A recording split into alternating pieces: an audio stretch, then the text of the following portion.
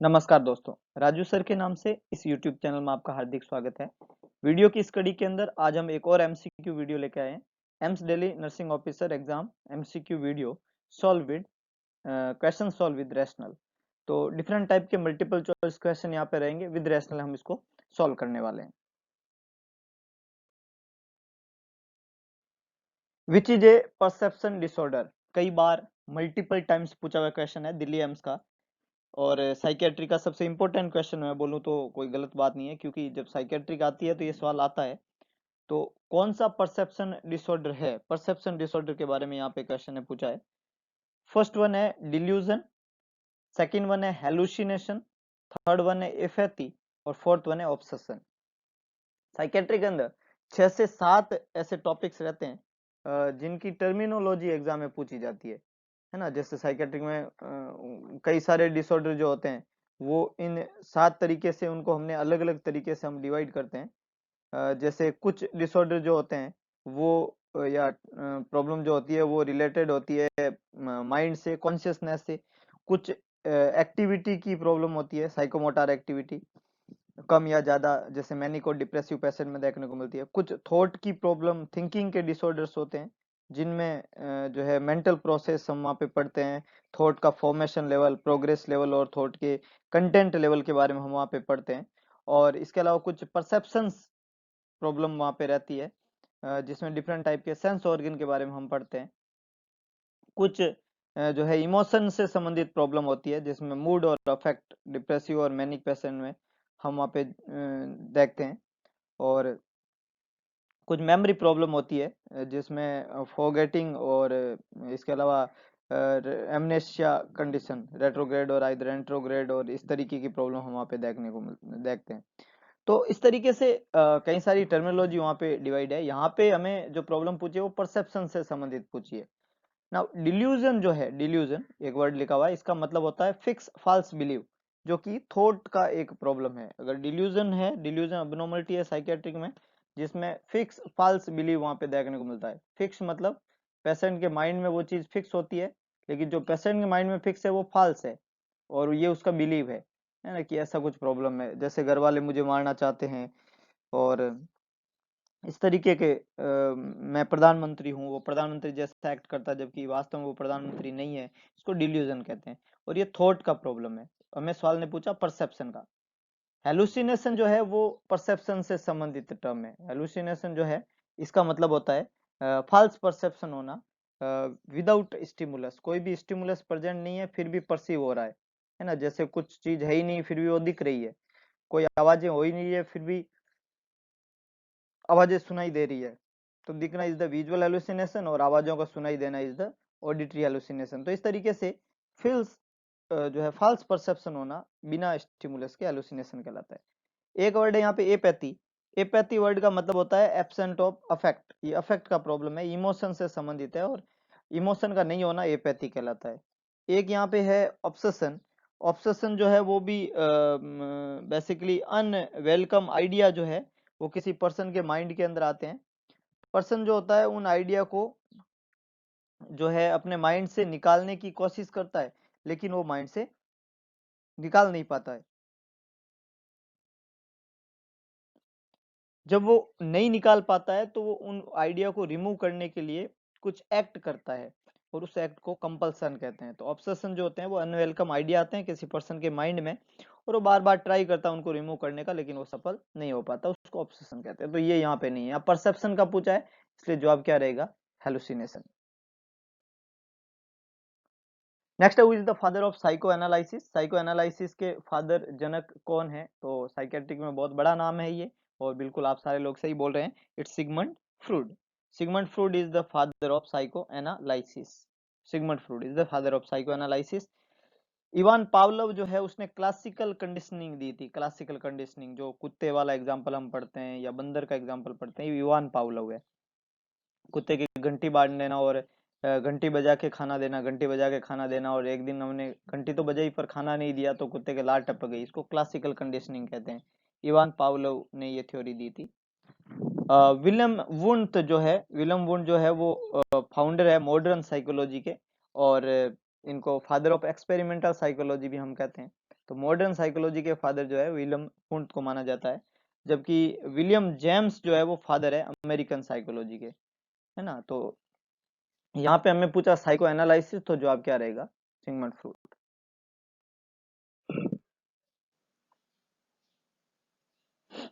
Sperm are produce by the process of, sperm का production किस process से होता है, oogenesis, gestational, ovulation, spermatogenesis। Very good very good, काफी लोग सही है। इट्स स्पर्मेटोजेनेसिस, स्पर्म का production sperm genesis, that is spermatogenesis, simple है ना। ओवुलेशन का मतलब होता है कि ओवम का रिलीज होना 14th day of menstrual cycle. Gestational का मतलब होता है फर्टिलाइजेशन के बाद में जो सेक बनता है यूट्रस के अंदर, उसको गेस्टेशनल सेक कहते हैं। oogenesis का मतलब होता है प्रोडक्शन ऑफ ओवा, तो ओवा का प्रोडक्शन oogenesis। हमें पूछा स्पर्म का प्रोडक्शन, तो ये है spermatogenesis. A pattern of adjustment followed by an individual to relieve anxiety is known as, एक पैटर्न एडजस्टमेंट का एक पैटर्न है जिसमें इंडिविजुअल की एंजाइटी ठीक हो जाती है, उस प्रोसेस को क्या कहते हैं।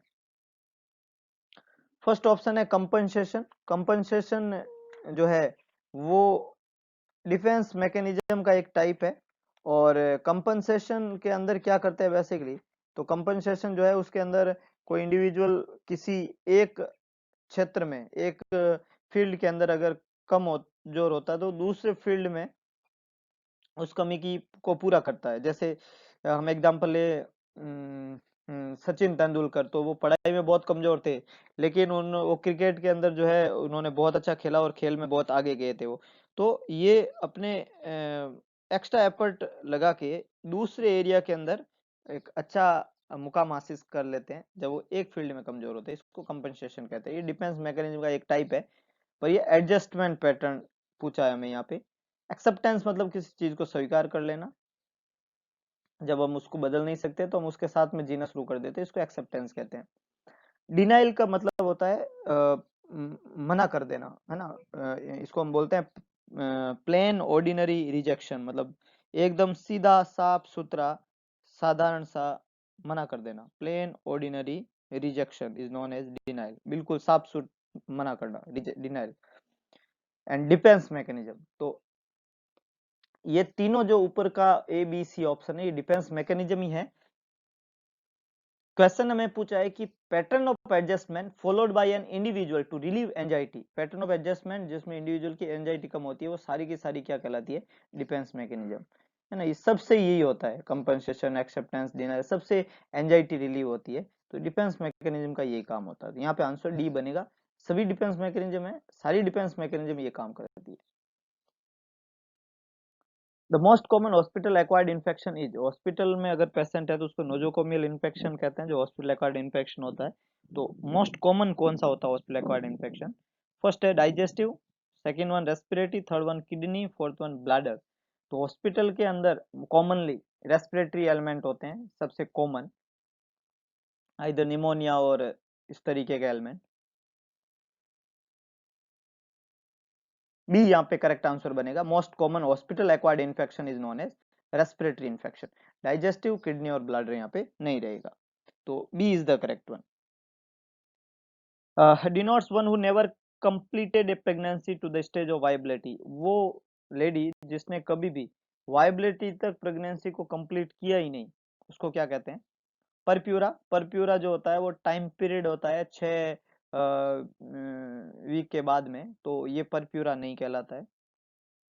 न्यूलीपेरा, मल्टीग्रेविडा और newly gravida, which is the correct one. Yes yes, very good, it's newly पेरा। न्यूली पेरा, पेरा पे मतलब पेरिटी मतलब वाइबिलिटी, तो जो वाइबिलिटी, न्यूली मतलब कभी नहीं, तो कभी नहीं वाइबिलिटी, तो कभी नहीं वाइबिलिटी यही पूछा है, तो न्यूली पेरा। मल्टीग्रेविडे का मतलब होता है मल्टीपल टाइम्स यूट्रस का प्रेग्नेंट होना, और न्यूली ग्रेविडे का मतलब होता है यूट्रस कभी भी प्रेग्नेंट हुआ ही नहीं है ना। तो ये टर्म यूट्रस से संबंधित है, यहाँ पूछा है वाइबिलिटी, तो आंसर रहेगा न्यूली पेरा। न्यूली पेरा is the correct one. The fight and flight response is characterized by which of the following, by the following except one। Except का क्वेश्चन है। फाइट एंड फ्लाइट जो है वो सिंपैथेटिक नर्वस सिस्टम को कहते हैं, जब भी बॉडी स्ट्रेस में होती है, सिंपैथेटिक एक्टिवेशन होता है और वो फाइट एंड फ्लाइट रेस्पॉन्स देता है, बॉडी के सारे ऑर्गन स्पीड अप हो जाते हैं जीआई सिस्टम को छोड़ के, हार्ट रेट ज्यादा होती है, ब्लड प्रेशर ज्यादा होता है, कार्डियक आउटपुट ज्यादा होता है, मेंटल अलर्टनेस देखने को मिलती है, पीपल डायलेट देखने को मिलता है, हाइपर एक्टिविटी देखने को मिलती है बॉडी में, और इस तरीके के प्रोसेस को फाइट एंड फ्लाइट रेस्पॉन्स कहते हैं। तो देखें, increase BP, decrease cardiac output, mental alertness, increase in oxygen intake.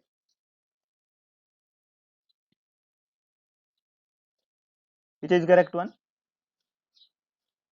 देखो, फाइट एंड फ्लाइट या सिंपैथेटिक एक्टिवेशन में हमने बोला सब ज्यादा होते हैं, सवाल एक्सेप्ट का है, मतलब तीन बातें उसके बारे में सही दी हुई है पर एक गलत है। तो ब्लड प्रेशर बड़ा होता है, ये बिल्कुल सही बात है, सिंपैथेटिक नर्वस सिस्टम एक्टिवेट होता है तो बीपी बढ़ जाती है। Decrease in cardiac output, cardiac output कम होता है तो ब्लड प्रेशर कम होता है, तो दो ऑपोजिट ऑप्शन दिए हुए हैं, एक में कह रहा बीपी बढ़ता है, एक में कह रहा बीपी कम होता है, तो डेफिनेटली जो है बीपी बढ़ेगा, कम नहीं होगा, तो बढ़ता है पर कम नहीं होता, और कार्डिक आउटपुट बढ़ता है, कम नहीं होता है, इसलिए ये यहाँ पे आंसर बनेगा, एक्सेप्ट का क्वेश्चन है तो ये गलत बात है, कार्डिक आउटपुट कम नहीं होता है, मेंटल अलर्टनेस होती है और ऑक्सीजन का इंटेक बढ़ जाता है, तो बाकी चीजें सही है, बी यहाँ पे आंसर जाएगा, एक्सेप्ट का क्वेश्चन था ये, काम नहीं है फाइट एंड फ्लाइट रेस्पॉन्स के समय, बाकी तीनों काम होते हैं। Expected date of delivery is calculated by using EDD, किससे काउंट करते हैं, कौन से फॉर्मूले से? वेरी वेरी वेरी गुड, कई लोगों को पता है, इस नेगलेस रूल है ना, तो Naegele's formula is the correct one, Robert Johnson और वुड्स इससे काउंट नहीं करते हैं, तो ईडीडी जो है वो काउंट करने का फॉर्मूला है Naegele's formula, A is the correct one, this is the correct one. The sterilisation of glass wire is done through, glass wire, glass wire जो होते हैं उनका स्टरलाइजेशन किससे किया जाता है? डिसइंफेक्शन से, फ्यूमिगेशन से, ड्राई हीट से, मॉइस्ट हीट से? Glass wire, very good, glass wire is sterilised by dry heat, dry heat is the pattern, अब स्टरलाइजेशन पूरा टॉपिक है वो पढ़ेंगे माइक्रोबायोलॉजी के अंदर, उसमें ड्राई हीट जो होती है उससे स्टरलाइज करने का तरीका होता है ग्लास वायर का, it's sterilize with the dry heat. What percentage does burn of genitalia constitute by the rule of nine, rule of nine को थ्योरेटिकली हमने लास्ट वीडियो के अंदर, इससे पहले वाले वीडियो में,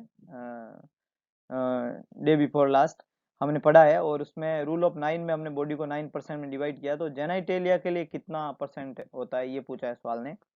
वेरी गुड, बिल्कुल सही है, बिल्कुल सही है, 1% इज द करेक्ट वन, तो 21, 1, 9 और 18, इट्स 1%, है ना, रूल ऑफ नाइन में हम पढ़ते हैं, this is the way of rule of nine, head and neck के लिए हम 9% देते हैं, अपर आर्म के लिए 9 राइट और 9 ही लेफ्ट, एंटीरियर टॉर्सो के लिए 18% और पोस्टीरियर टॉर्सो के लिए 18%, राइट लेग के लिए 18% और लेफ्ट लेग के लिए 18%, और 1% हम किसको देते हैं? जेनिटेलिया को, क्वेश्चन ने यही पूछा है जेनिटेलिया का, इसलिए 1% is the correct one, B is the correct one. Vaginal acidity is maintain by, है ना, रिप्रोडक्टिव एज में वेजाइना की एसिडिटी कौन मेंटेन करता है? इट्स म्यूकोबैसिलाई, स्टेप्टोकोकस, एसिडोबैसिलाई या duodenal bacilli?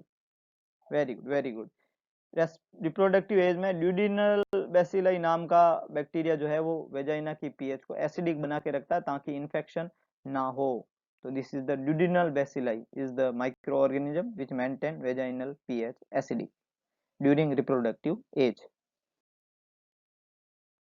The drug which is use in the induction of labour, labour के induction में कौन सी दवाई काम में लेते हैं? गुड, ऑक्सीटोसिन, कौन सी दवाई? ऑक्सीटोसिन, इर्गोमेट्रिन, ऑक्सीटोसिन, मेथार्जिन और प्रोजेस्ट्रॉन, इट्स ऑक्सीटोसिन, लेबर का इंडक्शन करने में यूज की जाने वाली ड्रग ऑक्सीटोसिन। देखिएगा, सवाल सिंपल लग रहे हैं, कई बार आए हुए हैं, कई बार, मैं फिर रिपीट करता हूँ, इन सवाल को छोटा ना समझें, इन सवाल को पक्का करिए, ये बातें बहुत इंपॉर्टेंट है और कई बार एग्जाम में पूछी हुई है, राइट एंड लेफ्ट पूछी हुई है, नंबर दे के जाती है पूरा एक नंबर, तो नेवर बी कंफ्यूज, बहुत सिंपलीफाई है लेकिन बहुत ज्यादा बार पूछा गया।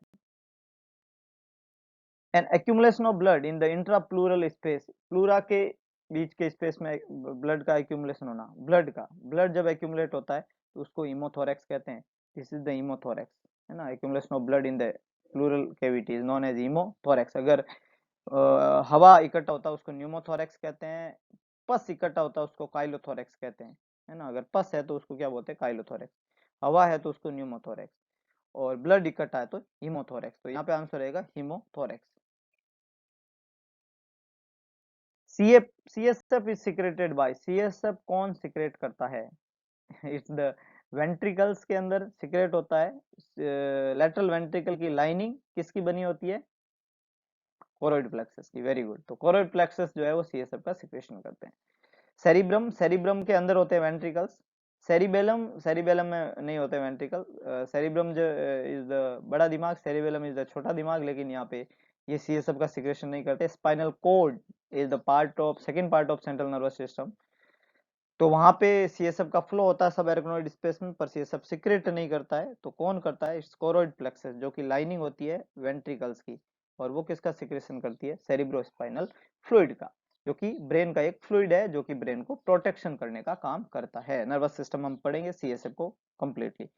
तो ये कुछ एमसीक्यूज थे जो इम्पोर्टेंट थे।